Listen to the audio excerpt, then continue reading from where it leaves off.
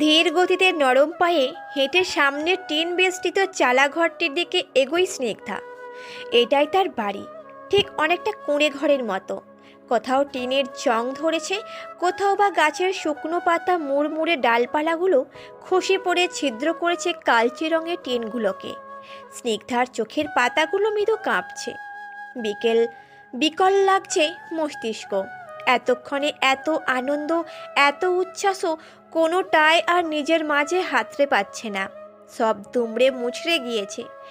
আবরারের ওই একটা কথাই অন্তত নিজের ভালো থাকার জন্যেও নিজের খুশি থাকার জন্যেও কাছের মানুষগুলোকে বিপদে ফেলার মতো স্বার্থপর মেয়ে সে নয়।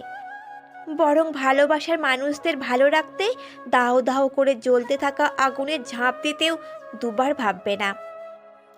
আর আবরার তো সেখানে কিছুই নয়। আচ্ছা, এই আবরা মানুষটা এমন কেন, এতটা স্বার্থপর, সুবিধাবাদী? আজকের পর থেকে আবরার প্রতি ঘৃণার মাত্রাটা আরও বাড়ল স্নিগ্ধার। দুজন নারীকে একসাথে জীবনে বর্তমানে রাখছে।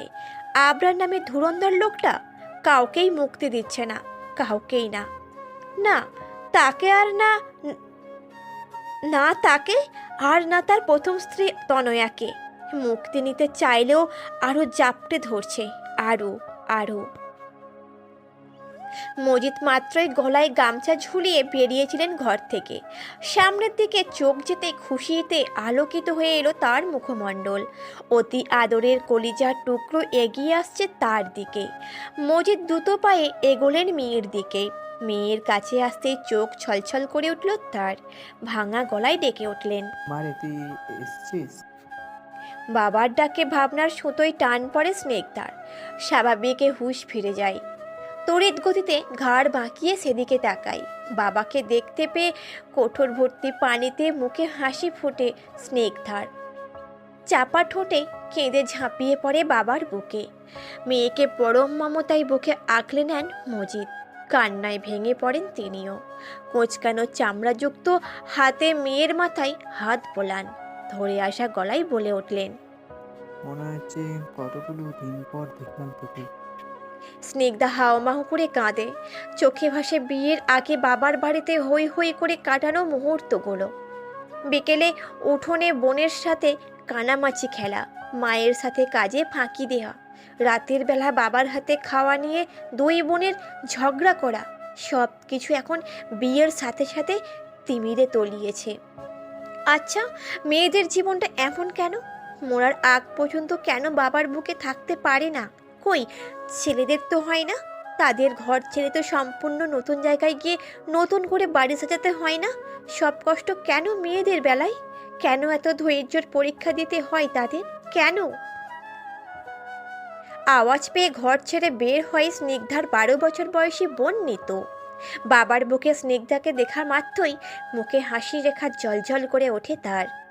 আনন্দ ধ্বনি নিয়ে চিৎকার করে বলতে থাকে, বুবু এসে, ও মা বের হো, বুবু এসেছে মা। পুরনো সুতির কাপড় মাথায় টেনে বের হন মিনা। ততক্ষণে বাবা বোনের দিকে ছুট লাগায় নিতু। মিনাও এগিয়ে আসেন দ্রুত পায়ে। মা বোনকে দেখে মাথা তুলে স্নিগ্ধা। কান্না ভেজা চোখে মায়ের দিকে তাকায়। মেয়ের মুখ দুই হাতে আঁচলে নেন মিনা। চোখ ভরে দেখতে লাগে। স্নিগ্ধা অস্পষ্ট গলায় ডাকে। ডুকরে কেঁদে ওঠে মেয়েকে একইভাবে বুকের সাথে মিশিয়ে নেন মিনা। মজিদ চোখ মোছেন গলায় ঝোলানো গামছার প্রান্ত উঠিয়ে মায়ের বুকে থেকে বোনের দিকে হাত বাড়ায় স্নিগ্ধা। নিতু এগুলেই তিনজন একসাথে জড়িয়ে কাঁদে, হাও মাও করে কাঁদে। মজিদের মুখে হাসি ফোটে। এগিয়ে এসেই বলে, হয়েছে হয়েছে, আর কত কাঁদবে না, মেয়েটাকে ছাড়ো এবার। চোখ মুছে হাত ঢিলে করেন মিনু। স্নিগ্ধা মাথা তোলে। বাবা মা বোনের দিকে তাকিয়ে অধীর গলায় প্রশ্ন করে, তোমরা কেমন আছো আমাকে ছাড়া? খুব ভালো তাই না? আমি একটুও ভালো নাই মা। তোমাদের কথা খুব মনে পড়ে আমার, খুব। স্নিগ্ধার কথায় মৃদু হাসেন মজিদ আর মিনা। আপাদমস্তক মেয়েকে দেখেন। গায়ের দামি শাড়ি, গা ভর্তি স্বর্ণ, পরিপাটি সাজসজ্জায় মেয়েকে একদম রাজরানীর মতো মনে হয় তাদের। দুজনের চোখই জড়িয়ে আসে। মেয়ে তাদের সুখেই আছে, এটাই তো অপরালার অবশেষের রহমত। মায়ের হাসি দেখে মুখ ফোলায় স্নিগ্ধা, প্রশ্ন করে, আমি কি তোমাদের বাড়িতে অনেক বেশি খাবার খাচ্ছিলাম? আমাকে এত তাড়াতাড়ি বিদায় করলে যে? মজিদ পাশে দাঁড়িয়ে মেয়ের চুলে হাত বুলিয়ে বলেন, বোকা মেয়ে, কথা শোন। মেয়ে হয়ে জন্ম নিয়ে সারা জীবন কি আর বাবার বাড়ি থাকা যায় রে মা? তাছাড়া এত ভালো জামাই কি আর আমরা পেতাম রে? সেজন্যই তো।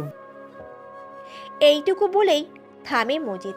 রাস্তার দিকে একবার চোখ বুলিয়ে আবার মেয়ের দিকে তাকায়, অসহ গলায় প্রশ্ন করে। জামাই আসেনি রে মা? তুই কি একাই এলি? মিনাও একই প্রশ্নের উত্তর নিতে কৌতূহলী হয়ে থাকে। স্নিগ্ধার মুখটা গম্ভীর করে জবাব দেয়, না, আসেনি, আমাকে নামিয়ে দিয়ে গেছে। মজিদের মুখটা ছোট হয়ে আসে। পাশ থেকে মিনা ভারী নিঃশ্বাস ফেলে বলে ওঠে, উনি হলেন গিয়ে আমাদের মালিক, মেয়ের জামাই। সে তো কপালে চড়ে হয়েছে। মালিক হয়ে কি আর বাগানের মালিক ঘরে পা দেবে গো? তুমিও কি সব প্রশ্ন করো না? মজিদ আর কথা তোলে না। এই নিয়ে মাথা নিচু করে চুপ করে থাকে। তাও মেয়েটাকে দিয়ে গেছে এই ঢের। স্নিগ্ধা মায়ের কথায় ভ্রু মাকায়, ব্যস্ত গলায় বলে, না, এরকম নয়, উনি রাতে আসবেন বলেছেন। অবাক হয়ে তাকায় মিনা মজিদ দুজনেই। তবে কিছু বলার আগেই চট করে নিতু বলে ওঠে, তোমরা কি বুবুকে বাইরে দাঁড় করে রাখবে নাকি? ভেতরে নিয়ে আসবে না? টনক নড়ে সবার। মিনা তাড়াহুড়ো করে বলে ওঠে, ও হ্যাঁ হ্যাঁ, আয় মা, ভেতরে আয়। জোনাকি পকার পাখাগুলো ক্ষীণ আলোয় ছড়াচ্ছে। দূরের ধান ক্ষেত থেকে ভেসে আসছে শিয়াল ডাকার ভুতুরে শব্দ। ঝিঝি পোকার কিচিমিচির ডাক যেন অদ্ভুত অদ্ভুত শোনাচ্ছে এখন। নিস্তব্ধ এমন কোলাহলের মধ্যেই আবরারের গাড়ি ব্রেক কষার শব্দটা একটু বেশি উৎকট শোনালো। হন্তদন্ত হয়ে চার্জারের আলো জ্বেলে বেরিয়ে এলো মজিদ।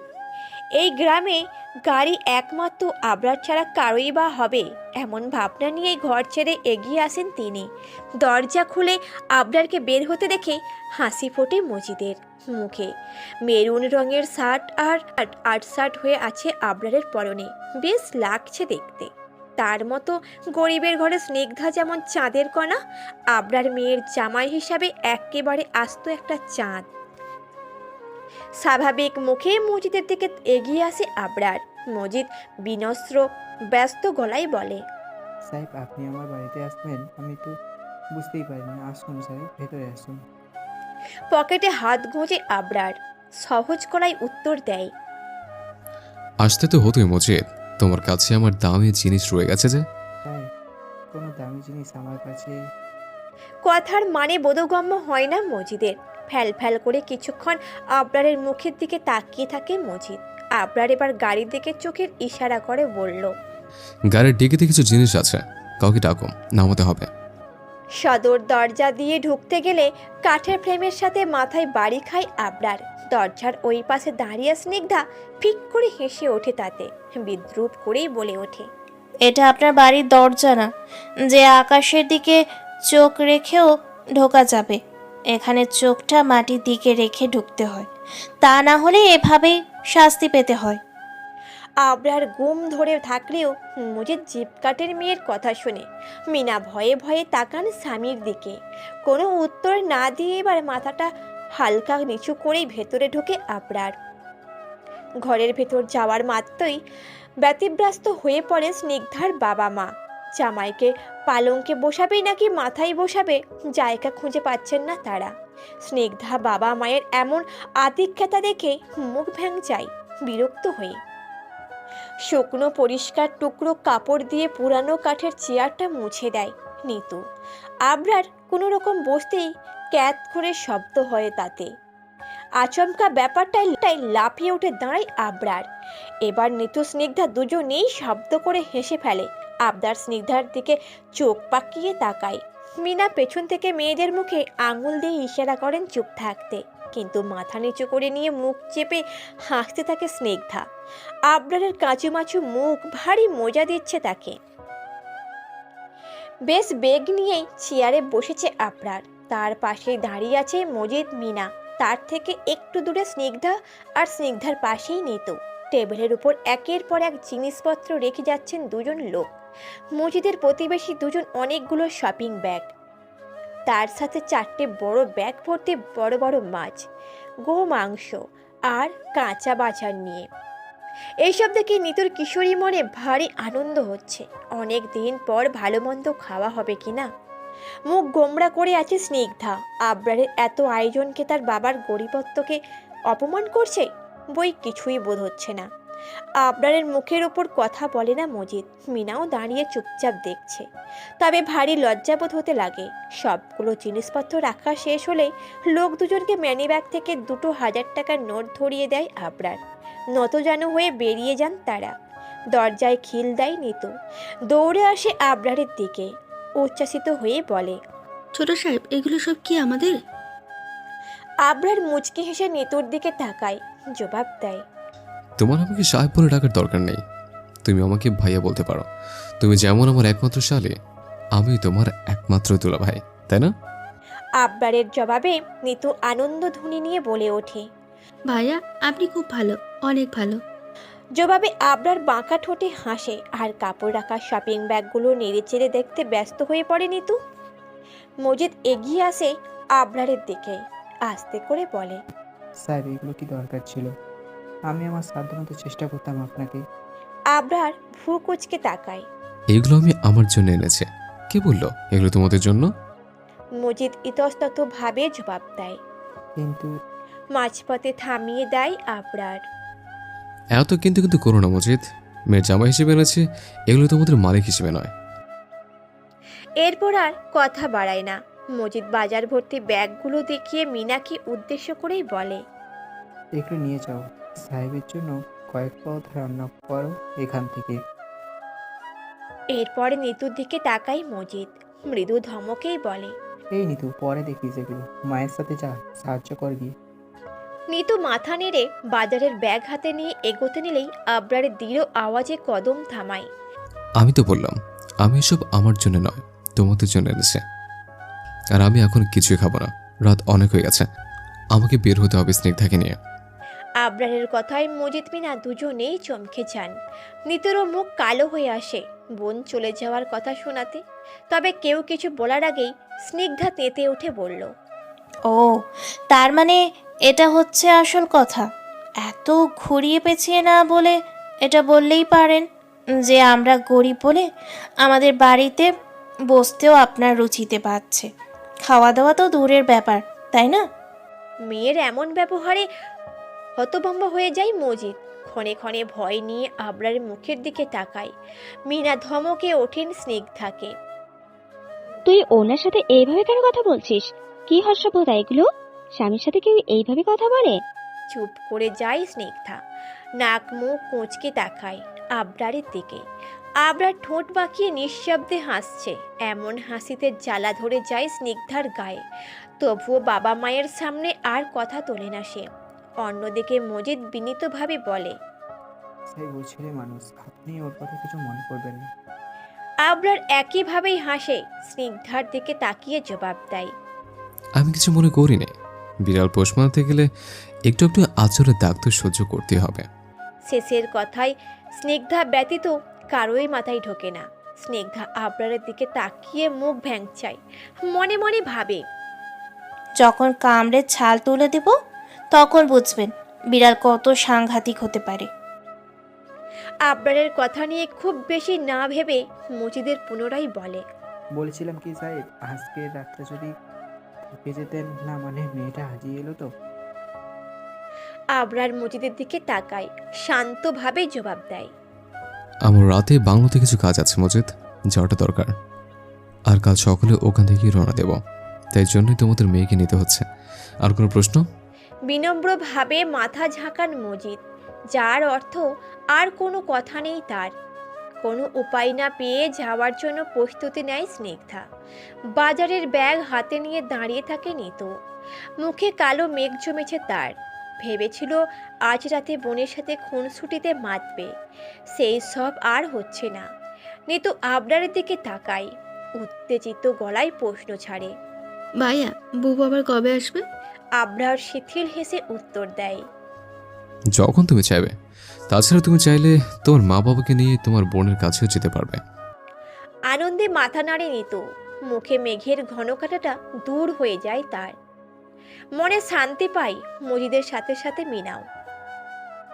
বাংলোর পেছন দিকে কামরার আবরারের জন্য বরাদ্দ। প্রত্যেকবার আবরার আসার আগেই কাজের লোকগুলো পরিপাটি করে রাখে সব। আজকেও তার ব্যতিক্রমও কিছু হয়নি। এত বছর বাংলোর মধ্যে আবরারের এই কামরাটা বেশি পছন্দের, কারণ সে এখানেই থাকে। আর অবশ্য আর একটা কারণ রুমের বারান্দাটা, যেখান থেকে গ্রামের ধান ক্ষেত পেরিয়ে নদীটাও দেখা যায়। যদিও ক্ষীণ আরও অস্পষ্ট, আরও সেদিকে চোখ রেখে মুখ ভার করে দাঁড়িয়ে আছে স্নিগ্ধা। বাড়ি থেকে আসার আগেও বাবা মা আর বোনকে জড়িয়ে খুব কেঁদেছে, যার রেশ এখনো কাটেনি। বারান্দায় গ্রিল ছুঁয়ে যাওয়া ঠান্ডা বাতাসে হালকা শীত অনুভূত হতে থাকে তার, কিন্তু ভেতরে যেতে ইচ্ছেই করছে না। স্তম্ভের মতো ওখানেই দাঁড়িয়ে থাকে সে। আচমকা পেছন থেকে স্নিগ্ধার গায়ের চাদর জড়িয়ে দিল আবরার। ঘাবড়ে গিয়ে পিছু ফিরল স্নিগ্ধা। আবরারকে দেখে সামনে ফিরল আবারও। গায়ের চাদরটাকে টেনে আরেকটু ভালোভাবে পেঁচিয়ে দিল গায়ের সাথে। মৃদু গলায় বলে, ধন্যবাদ। আবরার ঘুরে এসে দাঁড়ালো। গ্রিলের সাথে হেলান দিতে দিতে দুষ্টু হেসে বলল, ধন্যবাদ না দিয়ে যদি চাদরটার মতো আমাকে জড়িয়ে নিতে, তবে বেশি খুশি হতাম। মেজাজ খারাপ হয়ে স্নিগ্ধার একেবারে তেতো স্বাদের অনুভূতি হয়, কিন্তু মুখে কিছু না বলেই আবরারের মুখের দিকে তাকায়। মনে মনে প্রশ্ন করে, আচ্ছা, বাবা কি জানে এই লোকের প্রথম স্ত্রীর কথা? দুপুর 12টা নাগাদ স্নিগ্ধাকে নিয়ে গন্তব্যে পৌঁছায় আবরার। কলিং বেল বাজালে দরজা খুলে দেয় সার্ভেন্ট। সরে দাঁড়ায় সামনে থেকে। স্নিগ্ধার হাত আঁকড়ে ভেতরে আসে আবরার। তনোয়া সোফার হাতল ধরে দেয়ালে ঘেঁষে দাঁড়ানো একজন গাট্টা গোট্টা দেহের ব্যক্তি বসে আছেন। সেই সোফাতেই দুইজন কোনো এক বিষয়ে আলাপে ভীষণ মনোযোগী। আবরার আসার শব্দ পেয়েই তনোয়ার সাথে সাথে ফিরে তাকায় আগন্তক। অবাক হয়ে তাকায় আবরার। পায়ের কদম থামিয়ে স্নিগ্ধার হাত ছেড়ে দাঁড়ায়। উদ্বিগ্ন নিয়ে প্রশ্ন করে, আপনি? আগুন চোখ নিয়ে উঠে এসে দুই হাত দিয়ে আবরারের বুকে ধাক্কা মারে আগন্তক। কয়েক কদম পিছিয়ে যায় আবরার। হকচকিয়ে যায় তনয়া। ভয়ে সিটিয়ে পড়ে স্নিগ্ধা। আবরার লোকটির দিকে তাকিয়ে শান্তভাবে কিছু বলতে নিলেও আবরারের কলার চেপে ধরেন তিনি। ক্রুদ্ধ স্বরে বলেন, তোমার এত বড় সাহস! তুমি আমার মেয়েকে ঠকিয়েছো।